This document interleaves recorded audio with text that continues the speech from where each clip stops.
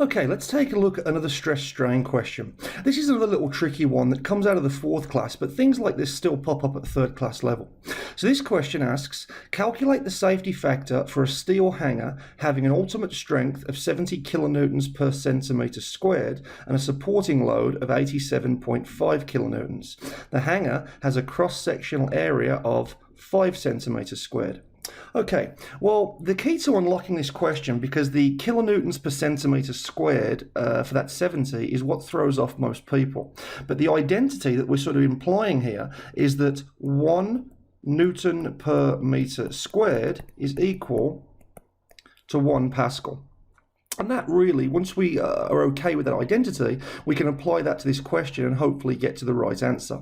So then, my area of this piece is 5 centimetres squared, and the ultimate strength of it is 70 kilonewtons for every centimetre squared. So we could simply work out that the ultimate strength of the hanger would be equal to 70 kilonewtons per centimetre squared multiplied by how many centimetres squared there are, in this case 5. And 70 times 5 gives us 350 kilonewtons. And that's just because it was in kilonewtons per centimetre squared, and we've multiplied it out. So that's the first bit of our question. Next is that the supporting load on this thing is 87 kilonewtons. So we can now go ahead and calculate what the safety factor is. The safety factor is your ultimate load